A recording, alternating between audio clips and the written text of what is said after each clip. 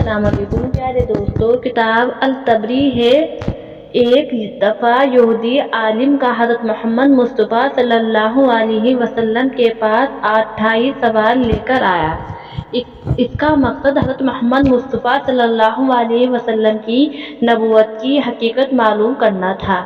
آیا وہ سچ بول رہا ہے یا نہیں؟ تاریخ تبری ان سوالوں میں سوال نمبر 7 اور سوال نمبر 8 کوفے پہاڑ کے بارے میں التبری بک۔ انہوں نے آپ صلی اللہ علیہ وسلم سے پوچھا کہ کوفے پہاڑ کہاں ہے اور کیوں بنایا گیا ہے اور کتنا بڑا ہے؟ آپ صلی اللہ علیہ وسلم نے اس سوال کا جواب کچھ یوں دیا: کعب پہاڑ ہماری دنیا کے ارد گرد پھیلا ہوا ہے۔ ایک ایسی انگلی میں آپ صلی اللہ علیہ وسلم نے کچھ یوں کہا کہ کعب پہاڑ ہماری دنیا کے ارد گرد ایسا پھیلا ہوا ہے جیسے ایک انگلی میں انگوٹھی۔ یہ جموتبی روشنی کی وجہ سے ہی ہمیں آسمان نیلا دکھائی دیتا ہے۔ اگر یہ پہاڑ نہ ہوتا تو آسمان کا رنگ ہمیں کبھی نظر نہیں آتا۔ ایک انسان کے لیے وہاں تک پہنچنا آیت بہت مشکل ہے، کیونکہ وہاں تک پہنچنے کے لیے ایک انسان کو مسلسل 4 ماہ اندھیرے سے گزرنا پڑے گا۔ پھر 8ویں سوال میں کعب پہاڑ میں موجود جبل کا اور جبل سا شہروں کے بارے میں پوچھا گیا، اور یہ بھی وہاں کون سی مخلوق رہتی ہے، جس پر آپ صلی اللہ علیہ وسلم نے فرمایا کہ جبل کا اور جبل سا 2 شہر ہیں، ایک مشرق میں ہے اور دوسرا مغرب میں ہے۔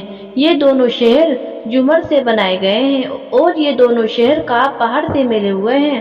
ترکی سے تعلق رکھنے والے ایک صوفی مولانا ناظم القبرو کے مطابق ہماری دنیا کے ارد گرد بہت ساری ایسی دنیائیں ہیں جو ہم سے پوشیدہ ہیں۔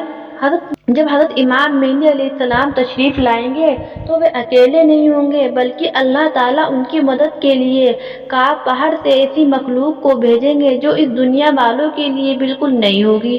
اسلامی روایت کے مطابق معراج کی رات جب حضرت محمد مصطفیٰ صلی اللہ علیہ وسلم آسمانوں کے سفر پر تشریف لے گئے تو ایک جگہ حضرت جبرائیل علیہ السلام آپ کو ایسے مقام پر لے گئے جہاں ایک ذہین مخلوق رہتی تھی۔ وہ 2 شہروں میں رہنے والی مخلوق تھی، جنہوں نے آپ صلی اللہ علیہ وسلم نے اسلام کی دعوت دی اور جنہوں نے آپ صلی اللہ علیہ وسلم کی دعوت کو قبول کیا اور اسلام لے آئے۔ پھر آپ صلی اللہ علیہ وسلم نے ان کے درمیان ایک خلیفہ مقرر کیا اور ان کو اسلامی تعلیمات دی۔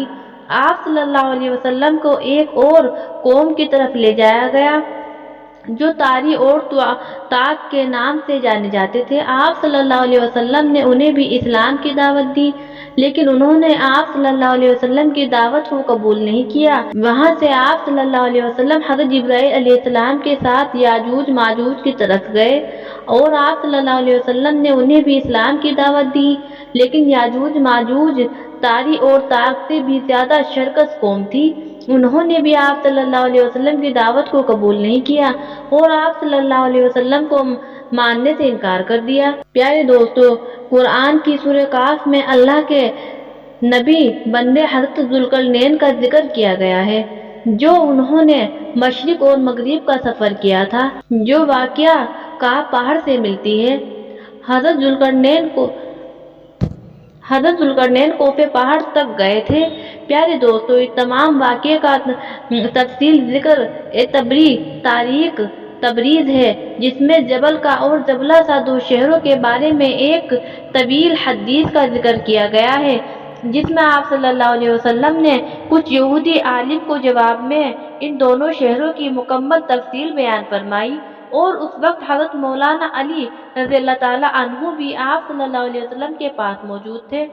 حضرت علی رضی اللہ تعالیٰ عنہ نے سوال کیا کہ یا رسول اللہ، کیا وہ دونوں شہر ہماری دنیا میں ہی موجود ہیں؟ تو آپ صلی اللہ علیہ وسلم نے فرمایا کہ وہ دونوں شہر کعب پہاڑ کے نزدیک مکمل تاریخ تبریز میں ہیں۔ ہر شہر کا اپنا ایک قلعہ ہے، یہ ہر وقت 1000 لوگ ایک کی حفاظت پر معمول رہتے ہیں، اور وہ اس لیے کیونکہ یہ دونوں شہر نمرود سے بنے ہیں۔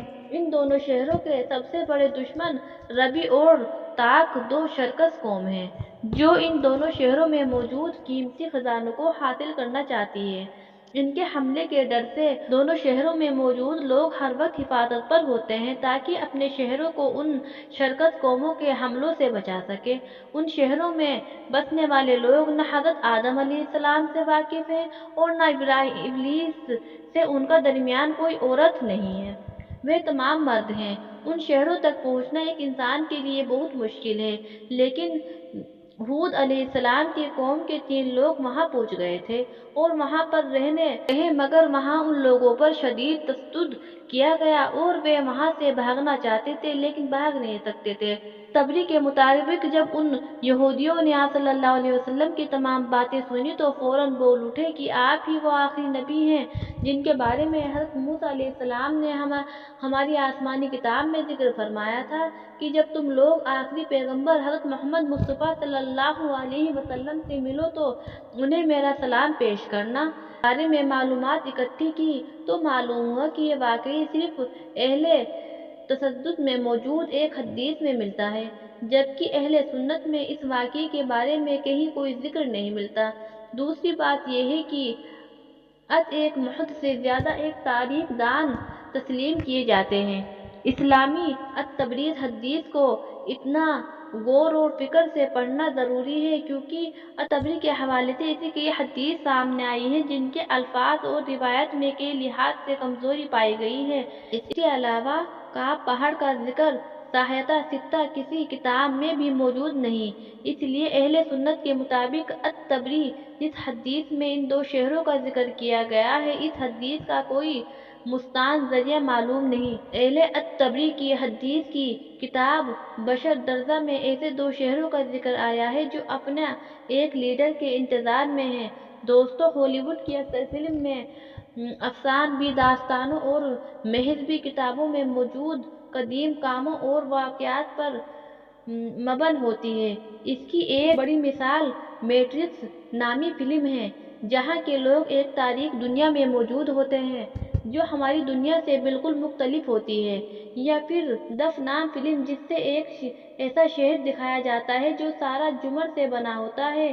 اسی طرح حدیث میں یاجوج ماجوج کا جس طرح ذکر کیا گیا ہے اس طرح کی مخلوق پر ہالی ووڈ کی لاتعداد فلمیں موجود ہیں۔ یہ شہر کہاں ہیں اور ان شہروں کے حوالے سے موجود حدیث کتنی صحیح ہے اس بارے میں تو اللہ ہی بہتر جانتا ہے، لیکن دوستو آپ کو اپنی دنیا میں موجود افریقی پہاڑی سلسلے کوف پہاڑ کے بارے میں بتاتے ہیں۔ دوستو، کوف پہاڑ کا ذکر تو آپ نے بچپن میں ہی بہت سی کہانیوں میں سنا ہوگا، جیسے ایک بادشاہ کی بیٹی محل کی چھت پر گھوم رہی تھی، ایک دیو اس کو اٹھا کر کوف پہاڑ میں قید کر لیتا ہے۔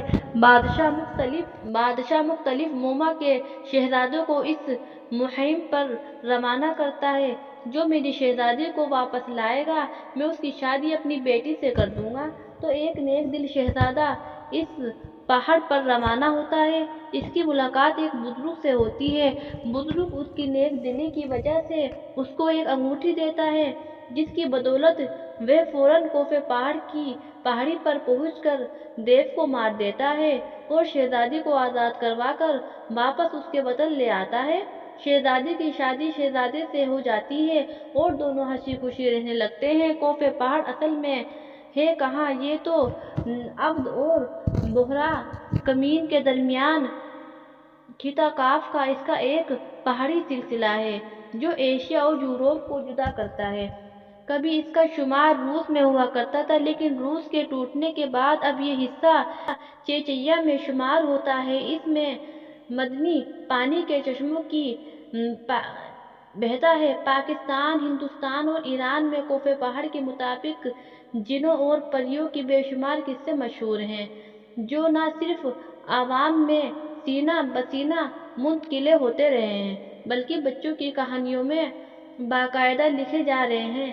ہو سکتا ہے اس میں کچھ صداقت بھی ہو سکتا ہے یا ویران جگہ جنات کا مکان ہو، لیکن تصدیق کرنا مشکل ہے۔ باقی اللہ ہی بہتر جانتا ہے ان باتوں میں کتنی سچائی ہے۔ دوستو، اگر آپ کو ویڈیو پسند آئی ہو تو لائک اور اپنے دوستوں میں شیئر بھی کریں، اور اگر آپ نئے ہو تو ہمارے چینل کو سبسکرائب بھی کریں۔